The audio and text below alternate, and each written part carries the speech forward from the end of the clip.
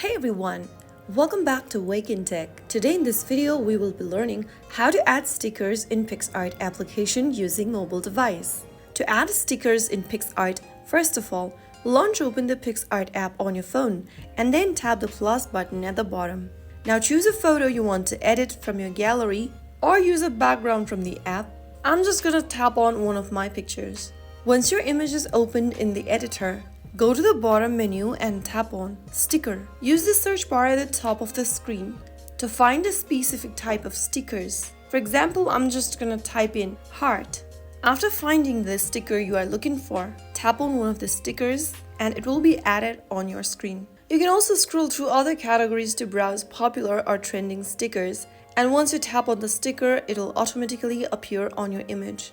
Use the pinch gestures to resize or rotate your sticker and drag it to your desired position. You can also tap on the sticker and then this will bring up optional menus at the bottom.